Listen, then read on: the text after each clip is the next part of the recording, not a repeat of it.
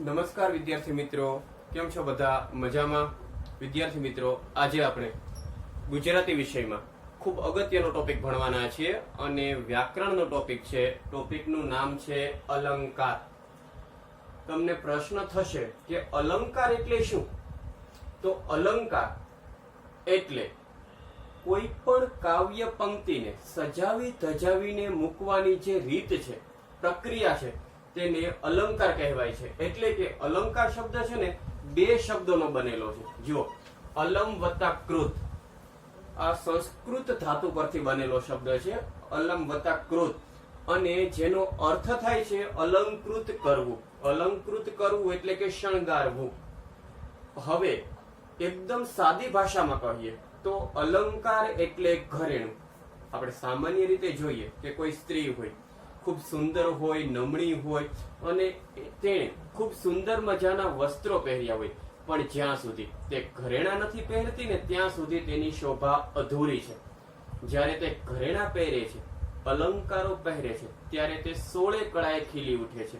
તેવી જ રીતે અહીંયા પણ અલંકાર છે, તેનું કામ પણ તેવું જ છે કે સાદી સિમ્પલ પંક્તિઓ હોય છે, તેને સજાવી ધજાવીને ગોઠવવી, આ કાર્ય એટલે અલંકાર.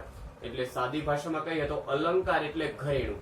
ગુજરાતી ભાષાની જે પંક્તિઓ છે તેને સજાવી ધજાવીને મૂકવાની જે રીત છે તેને અલંકાર કહેવામાં આવે છે. આપણે જોઈએ અહીંયા બે પંક્તિઓ છે. ઉપરનું જે વાક્ય છે, મિલ્ખા સિંહ ખૂબ ઝડપથી દોડે છે. મિલ્ખા સિંહ હમણાં જ એક્સપાયર થઈ ગયા છે અને દોડમાં તે ગોલ્ડ મેડલ જીતેલા છે. તેવા મિલ્ખા સિંહ ખૂબ ઝડપથી દોડે છે. સાદું વાક્ય થયું. પણ એવું જ આપણે બીજું વાક્ય જોઈએ કે મિલ્ખા સિંહ તો એવી રીતે દોડે છે જાણે ઉડતા ન હોય. જો ઉડવાનું કામ કોનું છે? પક્ષીઓનું. મનુષ્ય ઉડતા નથી, ઉડે છે કોણ? પક્ષીઓ. પણ ઉડે છે ત્યારે એની સ્પીડ વધારે હોય છે. તો જ્યારે એવું જ કાર્ય કોઈ અહીંયા ઉડતા ના હોય, એટલે આપણે આ વાક્ય જોઈને સમજી જઈએ કે ખરેખર મિલ્ખા સિંહ ખૂબ ઝડપથી દોડે છે. તો આ જે નીચેનું વાક્ય છે તે અલંકારની રીતે સજાવી ધજાવીને ગોઠવેલું છે અને આપણને ગમશે. આપણે સ્વીકારી પણ લઈએ કે ખરેખર મિલ્ખા સિંહ ખૂબ ઝડપથી દોડે છે. કારણ કે સાદું વાક્ય છે, એમાં આપણને એટલું બધું કુતૂહલ નહીં જાગે. પણ મિલ્ખા સિંહ તો એવી રીતે દોડે છે જાણે ઉડતા ન હોય. તો આ વાક્ય છે એ અલંકારની દ્રષ્ટિએ સજાવી ધજાવીને ગોઠવાયેલું છે. સમજાણું? ઓકે. તો હવે આપણે જોઈએ અલંકારના પ્રકાર. અલંકાર એટલે બધાને સમજાઈ ગયું કે કાવ્ય પંક્તિને સજાવી ધજાવીને ગોઠવવું. અને હજી આપણે તેના ઉદાહરણો જોઈશું ત્યારે તમને એકદમ સ્પષ્ટ ખ્યાલ આવી જશે અને તમને સમજાઈ પણ જશે. તો જોઈએ અલંકારના મુખ્ય બે પ્રકાર પડે છે. કેટલા? બે. તેમાં પહેલું છે શબ્દાલંકાર અને બીજું અર્થાલંકાર. જો શબ્દ વત્તા અલંકાર અને અર્થ વત્તા અલંકાર સંધિ જોડાઈ છે, શબ્દાલંકાર અને અર્થાલંકાર. એમાં સૌ પ્રથમ આપણે જોઈએ તો શબ્દાલંકાર એટલે શું? એટલે કે આપેલ પંક્તિ કે વાક્યમાં શબ્દ દ્વારા જ્યારે ચમત્કાર સર્જાય તેને શબ્દાલંકાર કહેવામાં આવે છે.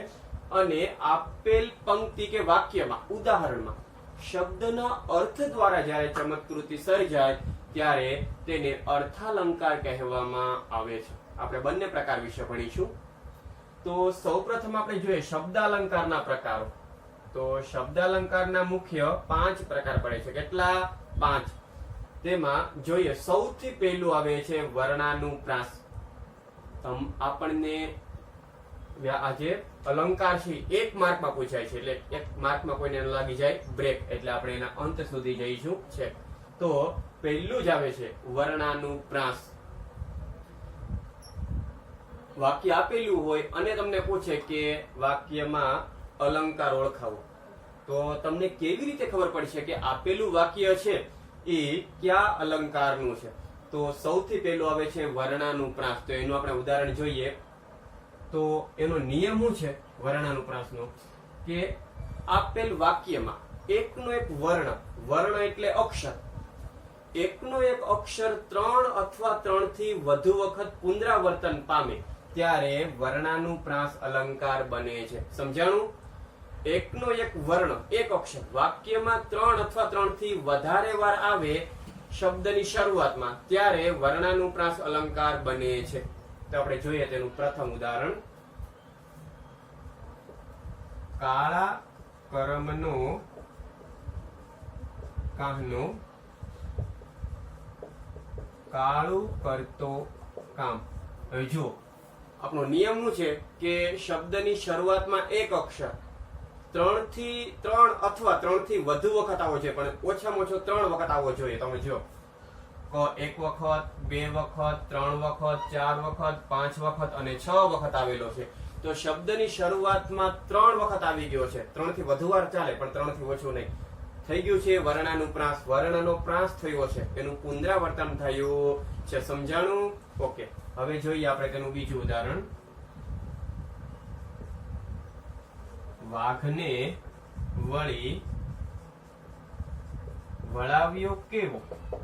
હવે જો આમાં પણ વ શબ્દ છે તે 3 વાર આવી ગયો છે. સમજાણું? તો વર્ણાનુપ્રાસમાં એકનો એક અક્ષર 3 અથવા 3 થી વધુ વાર આવવો જોઈએ.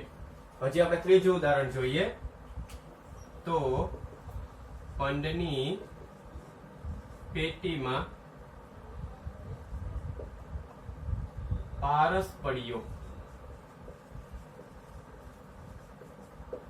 તો આમાં પણ જો પ શબ્દ છે એ 3 થી વધુ વાર આવી જાય છે. બરાબર? તેના પછી ચોથું જોઈએ.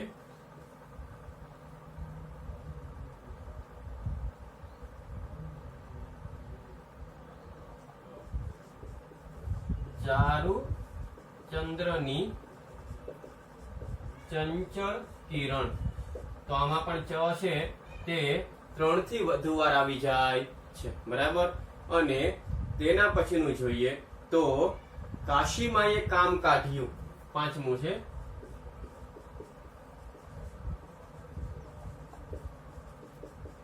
કામ કાઢ્યું. તો જો આમાં પણ 3 થી 3 વાર આવી જાય છે. મતલબ કે શબ્દની શરૂઆતમાં હોવું જોઈએ, છેલ્લે નહીં. બરાબર? અહીંયા વચ્ચે આવતો હોય ને અહીંયા છેલ્લે આવતો નહીં. શબ્દની શરૂઆતમાં 3 થી 3 વાર આવી જાય એટલે વર્ણાનુપ્રાસ અલંકાર. સમજાણું? ઓકે. હવે તેના પછીનું બીજું જોઈએ. હવે તો બીજું આવે છે શબ્દાનુપ્રાસ. કેવો પ્રાસ? શબ્દાનુપ્રાસ. હવે શબ્દાનુપ્રાસ અલંકાર ક્યારે બને છે? આનો નિયમ તો આપણે જોયો કે શબ્દની શરૂઆતમાં 3 અથવા 3 થી વધુ વાર વર્ણ આવે. હવે શબ્દાનુપ્રાસમાં તો એમાં જોઈએ કે આપેલ પંક્તિ કે વાક્યમાં શબ્દો અલગ અલગ હોય પણ તેનો ઉચ્ચાર એક સરખો થતો હોય. બરાબર? એનું જે બોલવાનો ઉચ્ચાર છે તે એક સરખો થાય ત્યારે શબ્દાનુપ્રાસ અલંકાર બને છે. તો આપણે તેનું ઉદાહરણ જોઈએ. પહેલું છે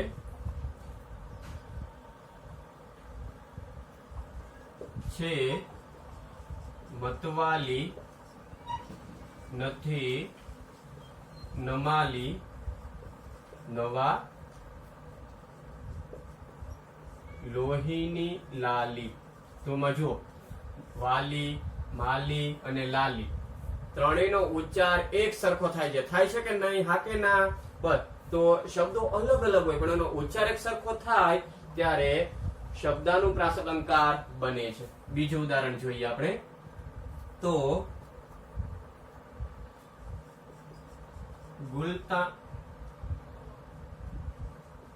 સુલતાનના મોકલેલ ગુપ્તચરો ગુલતાનમાં મુલતાન હતા. તો જો સુલતાન, ગુલતાન અને મુલતાન ત્રણેયનો ઉચ્ચાર એક સરખો થાય છે કે નહીં? તો તે શબ્દાનુપ્રાસ. ત્રીજું જોઈએ.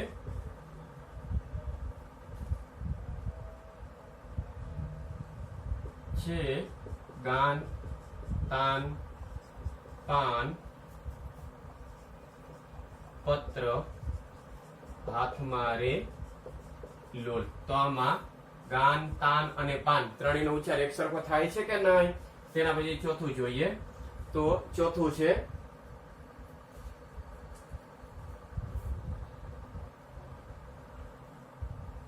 હવે રંગ બની તંગ. મચાવી જંગ, POG ભંગ. તો આમાં ભંગ, જંગ, તંગ અને રંગ બધાનો ઉચ્ચાર એક સરખો થાય છે કે નહીં? તો બસ તેના પછી પાંચમું જોઈએ. તો મન ગમ્યંતી નળ દમયંતી સુણ, સુણ દમયંતી નળે પાડ્યો સાદ. તો આમાં જુઓ ગમ્યંતી અને દમયંતી તેનો ઉચ્ચાર એક સરખો થાય છે, બરાબર. તો શબ્દાનુપ્રાસ વિશે પણ આપણે જોયું. હવે તેના પછીનું ત્રીજું આવે છે યમક. યમકનું ખાસ ધ્યાન આપજો. હવે યમકમાં આપણે જોઈએ તો એની વ્યાખ્યા જોઈ લઈએ કે આપેલું ઉદાહરણ છે તમે ક્યારે એવું સમજી શકો કે તે યમક અલંકાર છે અથવા યમકનું ઉદાહરણ છે.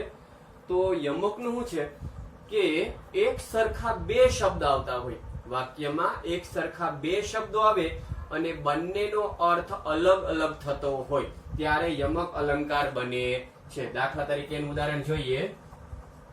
જવાની તો જવાની, થોડી રોકાવાની. આમાં જો અહીંયા પણ જવાની છે ને અહીંયા પણ જવાની છે, બે વખત આવ્યું કે નહીં જવાની શબ્દ, પણ બંનેનો અર્થ અલગ અલગ થાય છે. એક જવાની એટલે યુવાની અને બીજું જવાની એટલે નીકળી જવાની, જતી રહેવાની. જવાની તો જવાની. એક સરખા બે શબ્દ હોય પણ બંનેનો અર્થ અલગ અલગ થતો હોય ત્યારે યમક અલંકાર બને છે. ઘણા છે ને યમક અને શબ્દાનુપ્રાસ અલંકારને એક સમજે છે પણ બંને વચ્ચે થોડોક ડિફરન્સ છે. પણ હા જુઓ, પરીક્ષામાં પૂછાય વિકલ્પ હોય શબ્દાનુપ્રાસનું અને યમક ન આપેલું હોય તો તમે શબ્દાનુપ્રાસ વાળું કરી શકો, અને યમકનું આપેલું હોય અને કાઉન્સમાં યમક ન હોય, વિકલ્પ ન હોય તો તમે શબ્દાનુપ્રાસ કરી શકો. પછી બીજું જોઈએ. તમારી પાઘડી મને પાઘડી પહેરવા આપો. હવે આમાં જુઓ પાઘડી અને અહીંયા પાઘડી. એક પાઘડી એટલે માથા પર બાંધવાની, બરાબર, શિર છોગું કહીએ છીએ તે.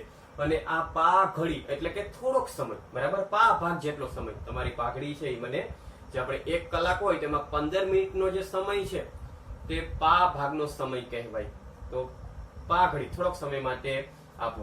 પછી આપણે તેનું ત્રીજું ઉદાહરણ જોઈએ. તો અખાડામાં જવાના મેં ઘણા અખાડા કર્યા. અખાડામાં જવાના મેં ઘણા અખાડા કર્યા. તો જો એક. ત્યાર પછીનું ચોથું ઉદાહરણ આપણે જોઈએ. તો સુરત તુજ રડતી સુરત. તો જો સુરત શબ્દ બે વખત આવે છે. પહેલી વાર જે સુરત છે તેનો અર્થ થાય છે એક શહેરનું નામ, અને આ સુરત એટલે ચહેરો.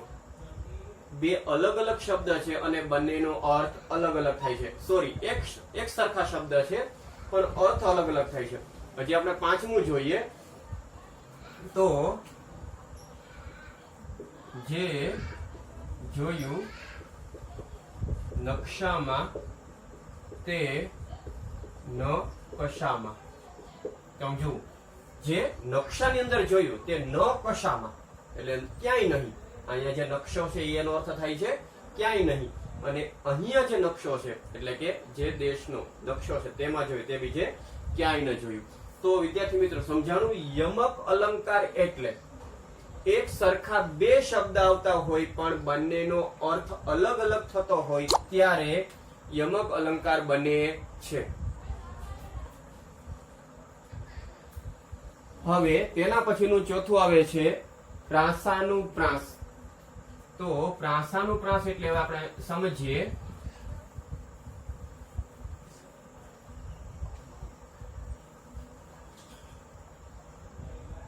પ્રાસા એટલે કે વચ્ચે.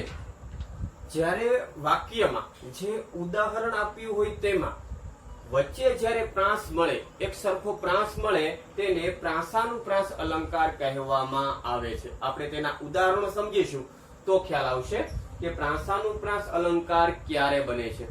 તો તેનું આપણે પ્રથમ ઉદાહરણ જોઈએ.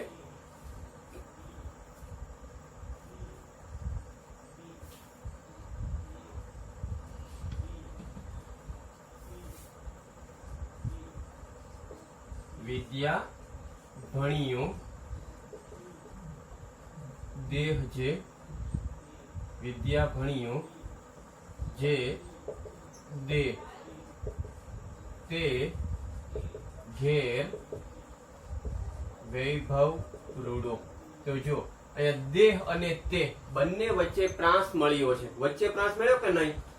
જ્યારે વચ્ચે પ્રાસ મળે ત્યારે પ્રાસાનુપ્રાસ અને પ્રાસાનુપ્રાસ અથવા તેને આંતરપ્રાસ અથવા પ્રાસ સાંકળી પણ કહેવામાં આવે છે. તો વચ્ચે પ્રાસ મળ્યો છે. બીજું આપણે જોઈએ.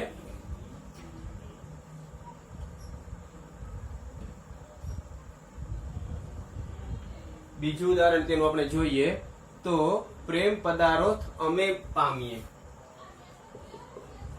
પ્રેમ પદાર્થ અમે પામીએ. વામીએ જન્મ જન્મ અવતાર. તો અમે જો પામીએ અને વામીએ બંને વચ્ચે પ્રાસ મળેલો છે. તેના પછી ત્રીજું જોઈએ, જાણી લે જગદીશ.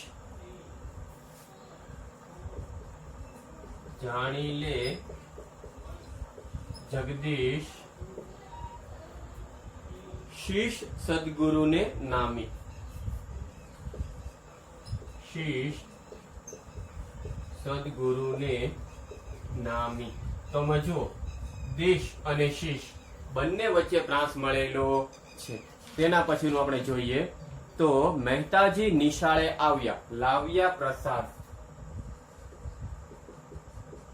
મહેતાજી નિશાળે આવ્યા, લાવ્યા પ્રસાદ. તો અહીંયા આવ્યા અને લાવ્યા બંને વચ્ચે પ્રાસ મળે છે. તેના પછીનું પાંચમું જોઈએ તો વાપરીએ વિચારીને વાણી. વાપરીએ વિચારીને વાણી. પાણી પણ એમ જ. તો અહીંયા પાણી અને વાણી બંને વચ્ચે પ્રાસ મળેલો છે. તો વિદ્યાર્થી મિત્રો, આ રીતે જ્યારે વચ્ચે પ્રાસ મળે ત્યારે તેને પ્રાસાનુપ્રાસ અલંકાર કહેવામાં આવે છે. તેના પછીનું પાંચમું આવે છે અંત્યાનુપ્રાસ અલંકાર, પણ તે હવે આપણે આગળના લેક્ચરમાં જોઈશું. બરાબર? ઓકે.